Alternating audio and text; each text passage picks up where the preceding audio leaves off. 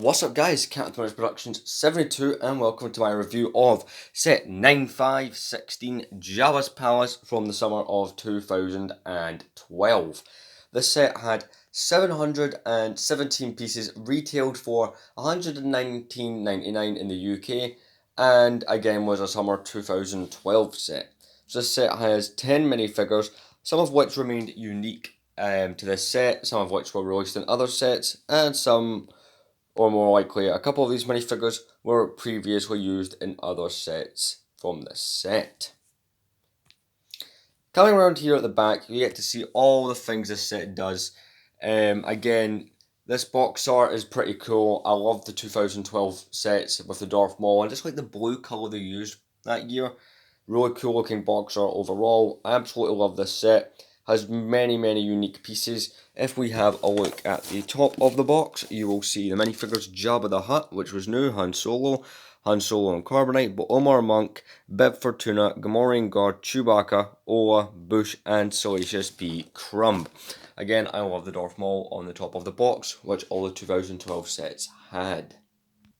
Starting off our minifigures is Han Solo. So he was brand new to this set. He was previously used, but with a different face in the 2010 Slave 1.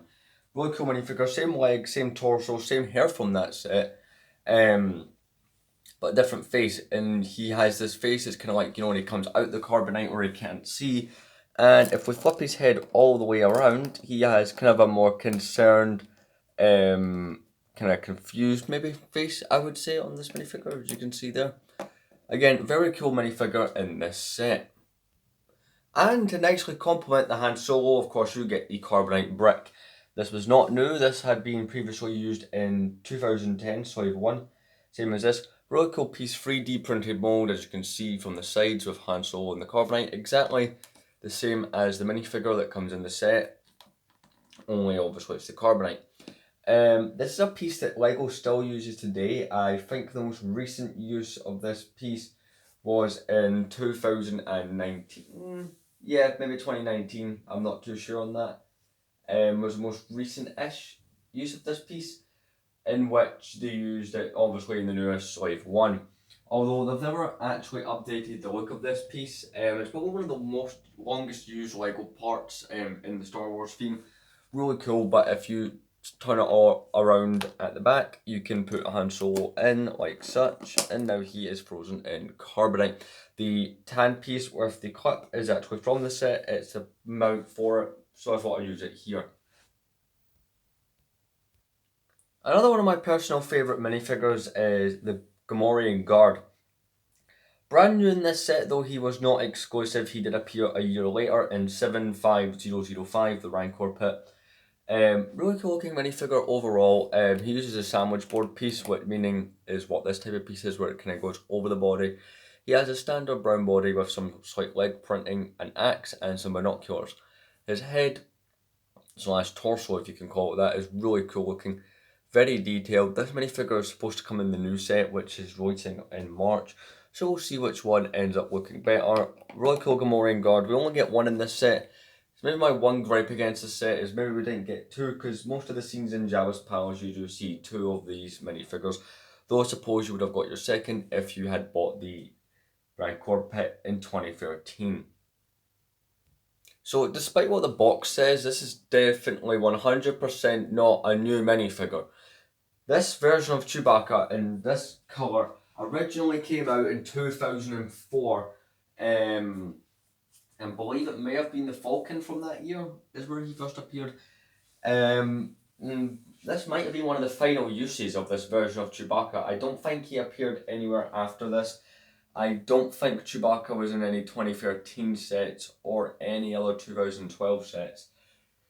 So I think this was his final use, and you know, he's an okay minifigure. The only difference between him and any other Chewbacca is he has handcuffs on instead of having his bowcaster, which again is the one difference.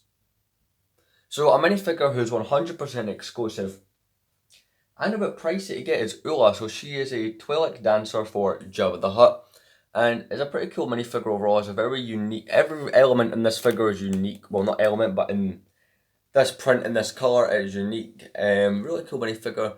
does have a double-sided face. It has a really nice headpiece as well, or hair or tentacles, whatever you really want to call that. Oh, gotta get the focus here.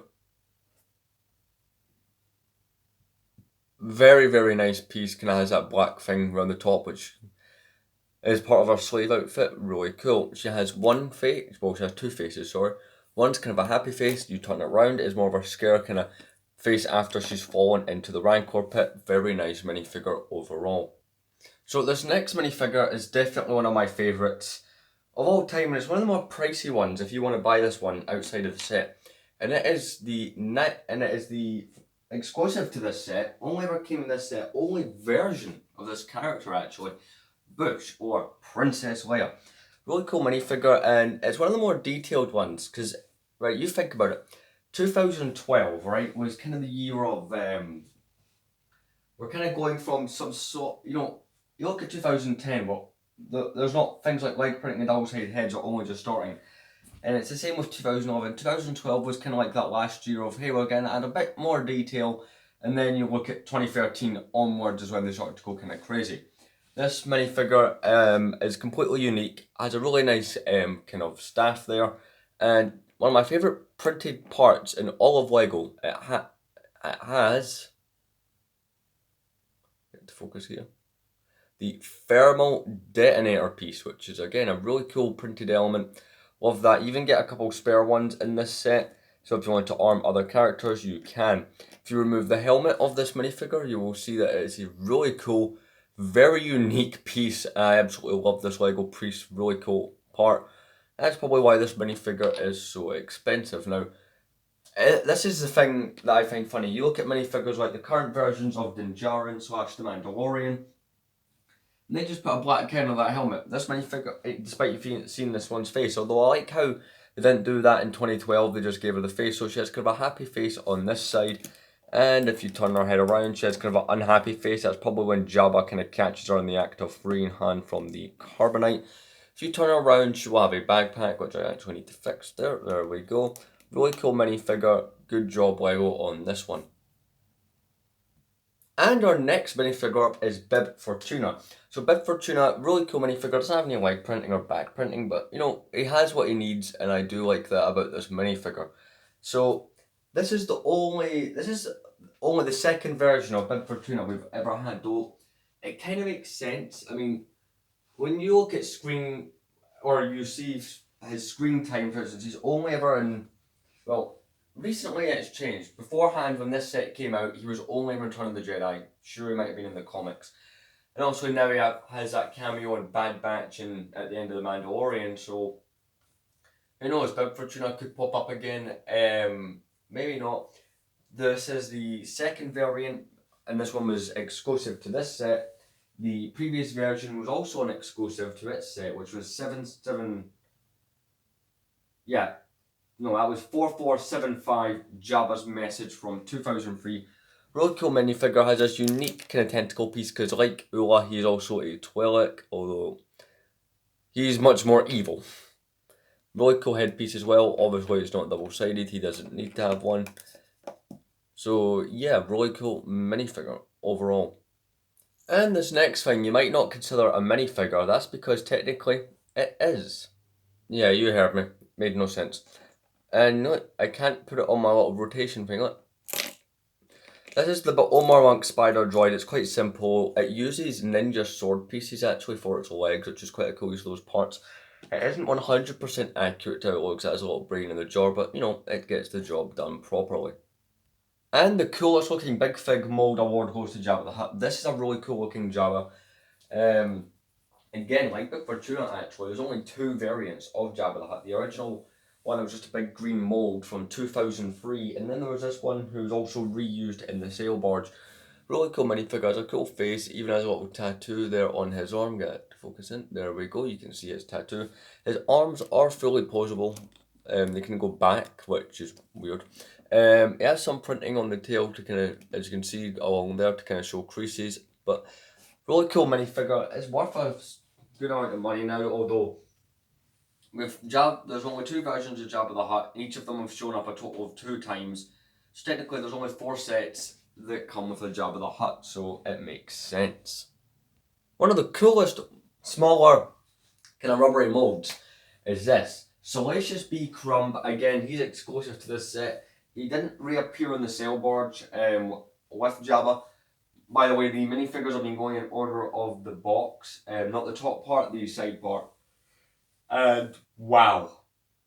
This is a cool one. This one is different, and I really like that about this. So, cool rubber mold, only fits on 1x1 stud, but does the job nonetheless. Pretty cool, and he's also kind of pricey on the secondary market. Let's get into that set.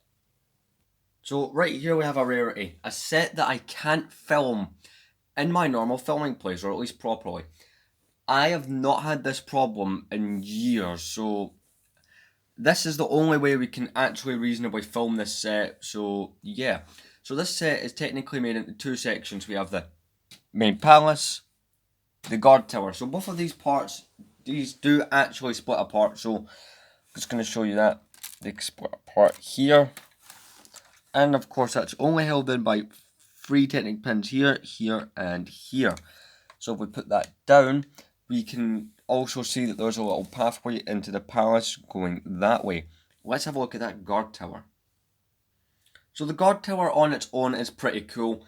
If you come up to the front of it here, we do have the entrance into Jabba's palace. Now obviously it's not accurate to the size it is in the movie, but you do get the little gatekeeper droid who is controlled by a little piece. You can just push it back and forth. It's inside there. Let me just show you guys that little part in there. Works out really well, and you know, he can pop out, which is nice. You get these guns here that can go all the way around if you want them to, and swivel. The door does open. You do have to push the gatekeeper droid in, and you can lift this up. And there's this little black bar piece you can get to wedge in the side of the studs. If I can show you guys that. And basically it prevents it from falling down, which is a pretty cool feature. Inside there isn't really much. I can show you that in a moment. If we zoom back out again, oh no, we are zoomed out. If we adjust the camera a bit, we can see that up the top this roof is not detachable, or it's not meant to be. Pretty cool. It's a guard tower. If we come round, it's got some nice use of some castle pieces along here. We turn it round again, and we kind of have the interior part, if you want to call it that, or the closest thing to that. There's not really anything in there. A couple lights. For some reason is a stud. Not a stud, a tile piece. And obviously got a little stairs here if you want to walk up into the palace. And that's really about it. Here we do have a bottle and a crate with a long rifle in it, just the standard one for the time. You know, because 2012 was before the introduction of stud shooters, which was brilliant. And we do have this top level here where you can't place a Gamorrean guard. There is 2 clips. One has a blaster, one could be for the binoculars. And I love this little guard tower. It is a really cool part. So you can put the Gamorrean guard in there, and it looks quite nice in there. If you can get in there without doing what I just done. You kind of have to just do the compromise and put them on both of these, or there's really no other way to work it out. And again, there's not much on this side. So basically, here's the main attraction, or you could call the whole palace that. But this is the disconnected throne room. I will reconnect these, by the way. So it is really cool. This set was able to join on to the Rancor pit, for those of you who didn't know. So you're probably wondering why there's a functional trapdoor you can't actually use. So if we we'll start around this side of the set. You have this little piece, which can actually, I'll show you how that works in a moment and what it does. But this is kind of the outer facade of the set, really cool. Just wanted to show you that. There is a flick missile triggered by one of these, this piece here. So I'm going to fire that at the camera. Try that again, actually, just show you again. There we go. Coming back around, we do have the entranceway, which you would go through the guard tower. Turning it around again, we have the roof, which is again detachable, as you've already seen. There's the mechanism to remove the roof. We can put the roof over there to reveal this really cool looking throne room. So here is Jabba's throne room. Really cool looking set. This is probably one of my all-time favourite LEGO Star Wars sets, and here's what we have. So we have his throne first of all, which we can remove. So the throne's pretty basic, and it's the one brightly coloured Lego brick, or one of the few that's in this set, which I do find quite cool, because if you look at some sets from like the early 2000s, they're covered in this kind of stuff. Really cool. You do get this area, which is for Jabba. Now this is meant for Ula, but on the box and even in the movie, it's rare that you actually see Ula there. So it works better. See if you bought the Jabba sailboard from the next year of the Slave Leia, or had a Slave Leia. That's what I would recommend putting there, but I will show you that with Ula on it. You can stick Jabba the Hutt there, and of course you could put Ula there if you so pleased. So try and get Ula on there. There. She's frightened, and that is really messed up looking. So I'm going to take Ula off because there's another place for her in the set. If you come over here and look right in, let's get zoom. There is a little mechanism. So that's that little piece I showed you earlier, and it has a little fire and a cooking pot on it. So if we push that back, right back in there, you can see there's some things hidden under his throne. We've got some gold coins, we've got a frog, we've got a blaster, you know, a couple of things. So if we put Jabba's throne in, right back in, and go all the way up there, and we get it ready. So I'm going to zoom out and show you the feature. This is basically how his trapdoor works and how his throne works. So you got this little pull tab over here. So again, this only works really if you have the Rancor pit. So you can pull it, and I'll even put Ula on, even though it's not really going to work, because she's technically just falling into a carpet. Yeah, we'll try that again.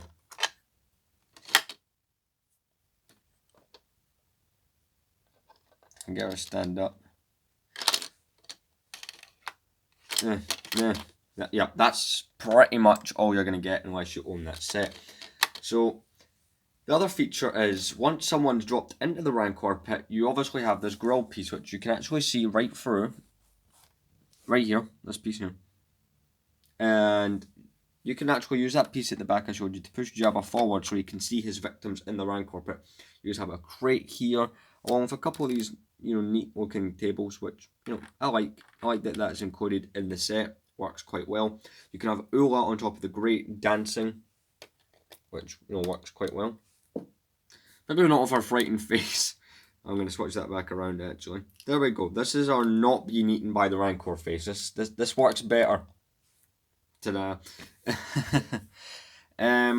Over here we have a piece that, this is a controversial set which I'll get into at the end, and this is probably one of the reasons why. But you get a hookah pipe, right, which instantly decides it wants to come off. It's a brilliant feature in this set. Honestly, I love this part. What's even more annoying though is it doesn't actually work the way you'd think it would, right? Just click it back in. So we zoom out, or we can adjust the angle. So there's Jabba the Hutt. We want to give him his hookah pipe, right? You'd think, oh right, it just sticks right in. No, we've knocked too loud down. There we go. It's no. It always repeatedly unclips. It doesn't stay in his hand, so I don't bother displaying it with that, although I personally don't display this set with the figures. Though it does look good if you do so. So yeah. You can also add another minifigure at the throne, which works quite well. You can also add Salacious B. Crumb, so I'm going to push that back. So I can actually get in there and add him to the throne.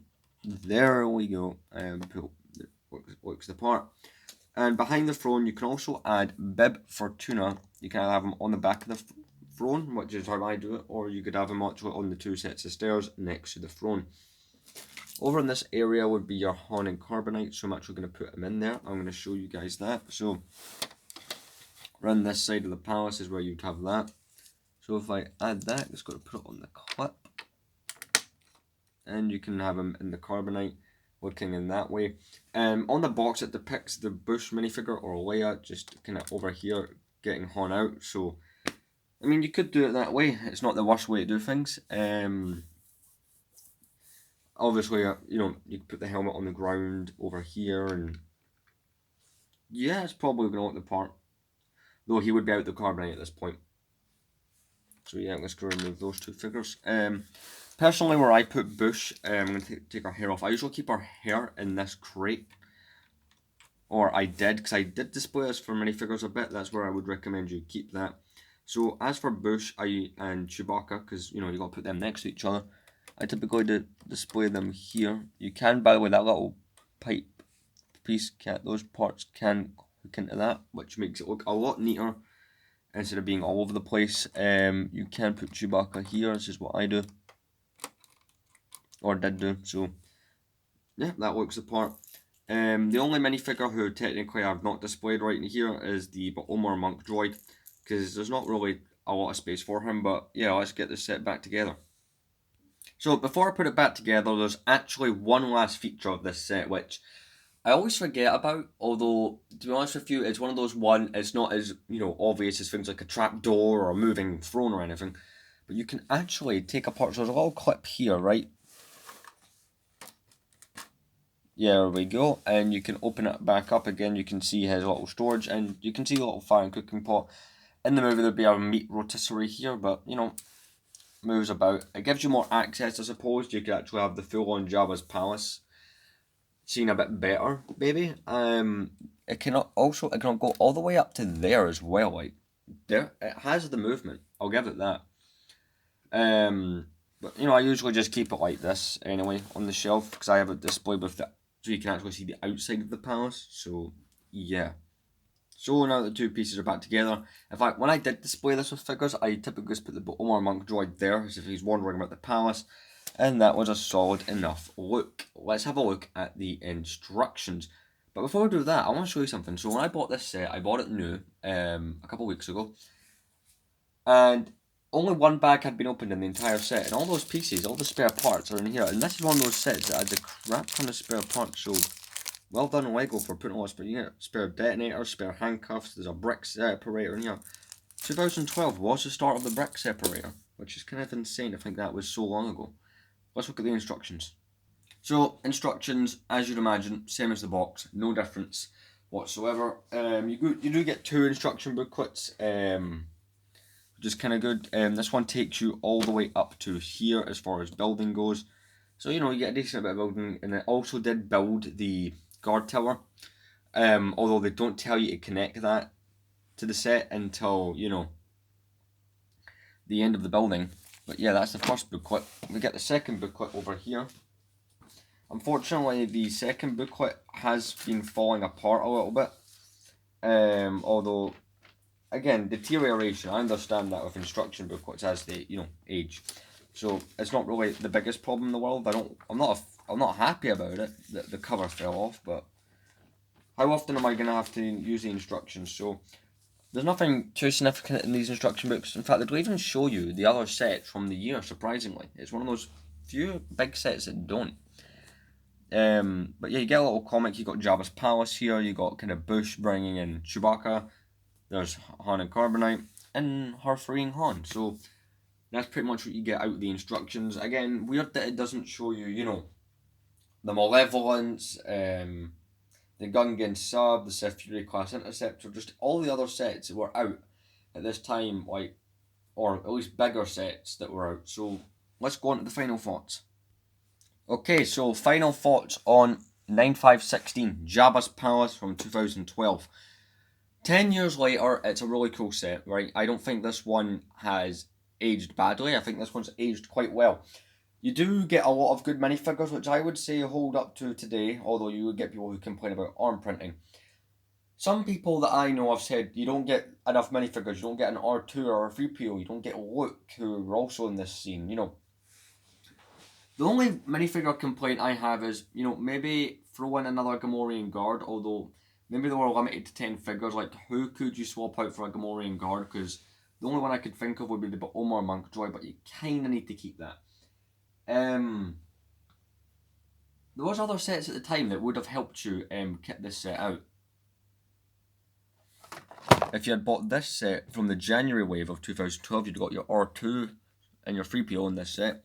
And you'd also get more palace-like guard minifigures and stuff like that.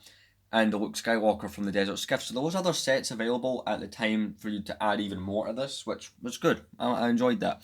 This set, unfortunately, unlike the rest of the 2012 sets, wasn't on shelves as long due to controversy. The controversy being that so I'm not going to get too deep into it because it would make this video far much longer than it already is. But basically, I think it was the Turkish Muslim community found this set offensive. They said it resembled their mosques. Again, I'm not going to give an opinion on this because I don't want to get into it. And they thought that this set enforced stereotypes, particularly the Jabba minifigure and the fact that he smokes a hookah pipe, as you can see there. So they found that offensive, so Lego ended up pulling this set, though Lego always claimed it was because the set was nearing its life cycle, its availability. So I think it was a bit of both that this set got retired. Should you buy this set? Well, that actually depends. It is going to continue to go up in value.